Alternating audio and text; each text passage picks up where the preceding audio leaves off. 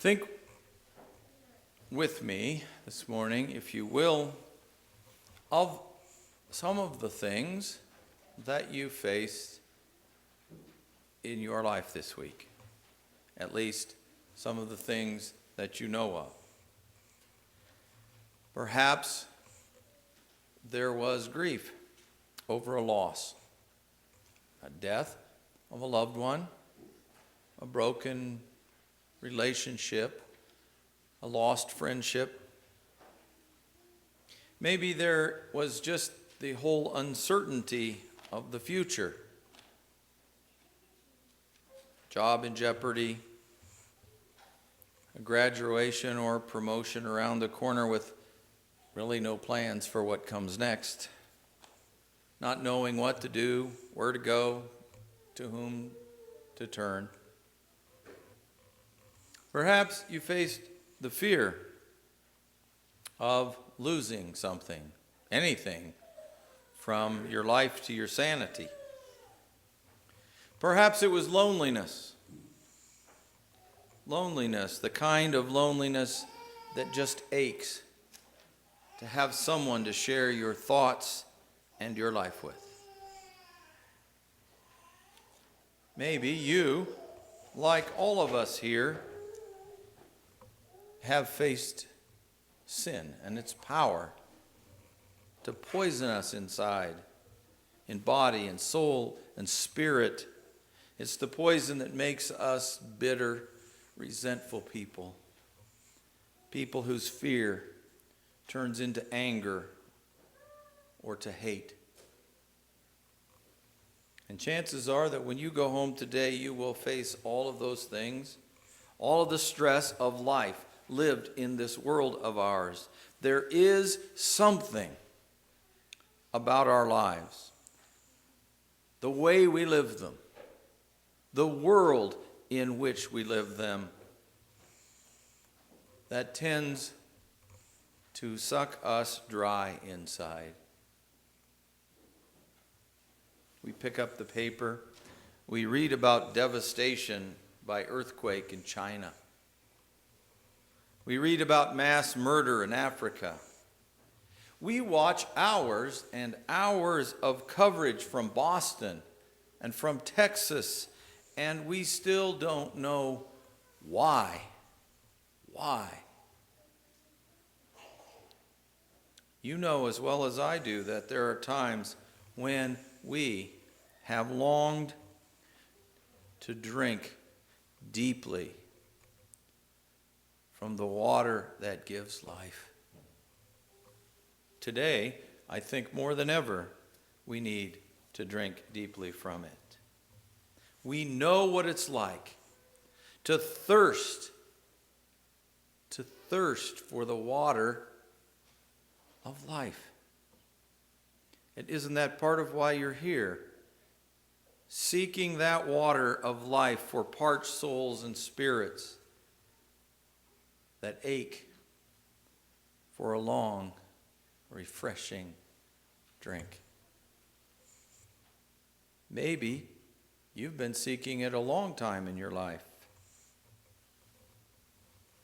And for all who thirst and long to drink deeply, who need to drink deeply, God says, to the thirsty, I will give water as a gift from the spring of the water of life.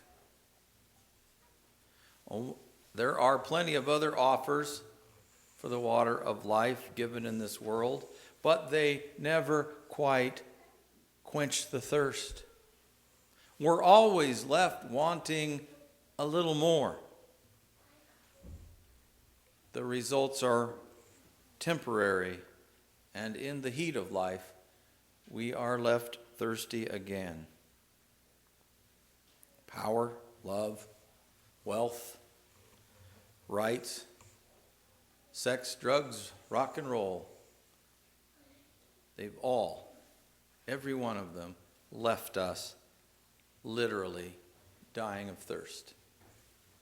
And you know what it's like to thirst and what you've turned to in order to quench that ache in your dry and thirsty soul. The thing that cools the burning for a while, but never for long.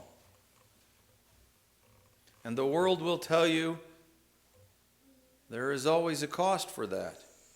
Something to do, something you must sacrifice to cover the cost, to take the drink. But God says to you, to the thirsty I will give water as a gift. Water from the spring of the water of life. Oh yeah, there are things that we could do. There's things we should do.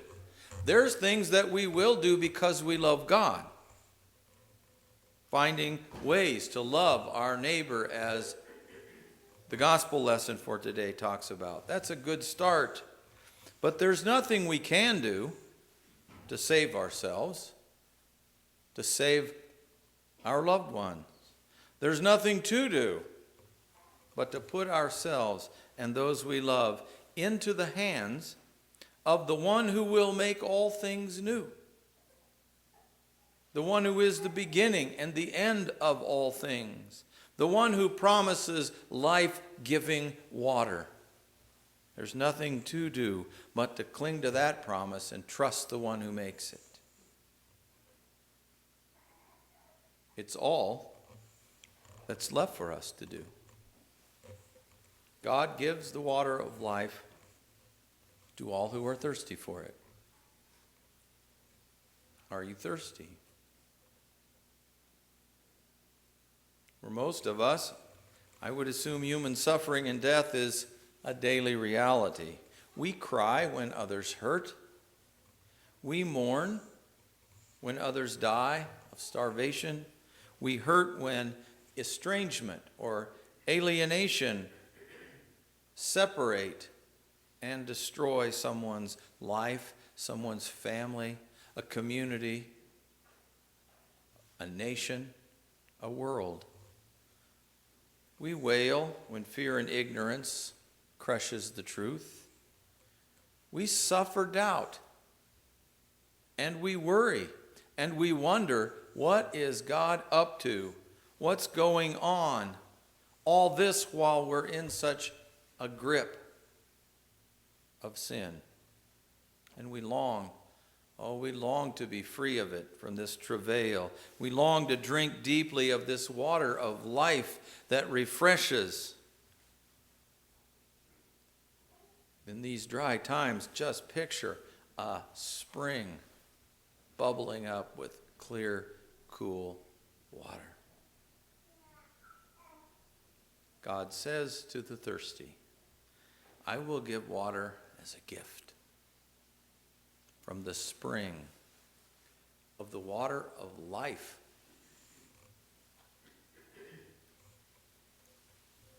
So go ahead this morning and drink and dream. It's all right to dream those wild, unimagined, maladjusted, uncompromising dreams of full stomachs, of safe streets,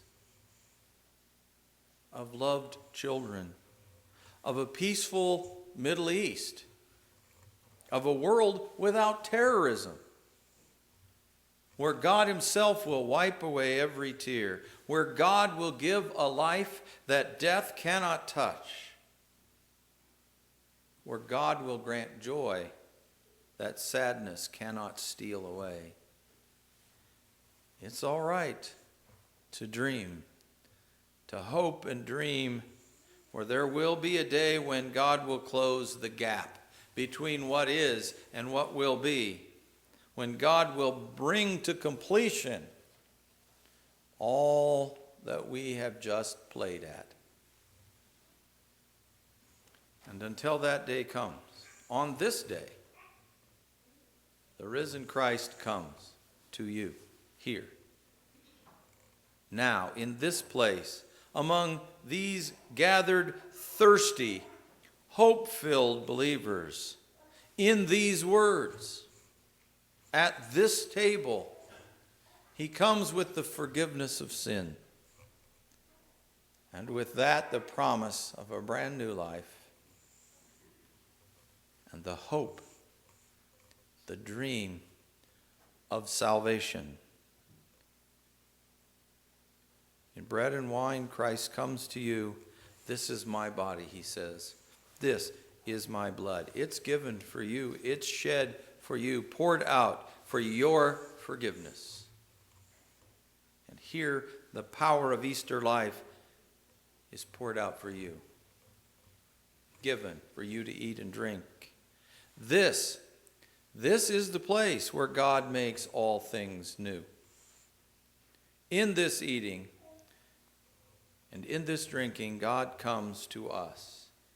Here, the end of death and mourning and crying and pain and suffering, the end of those things begins to break into your life. Come and eat and drink and share in the body and blood of Christ.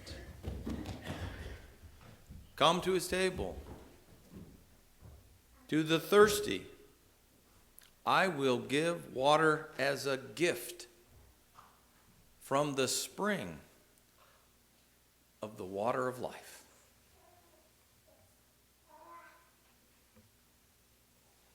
In the name of the one who was, who is, and who is to come. Amen.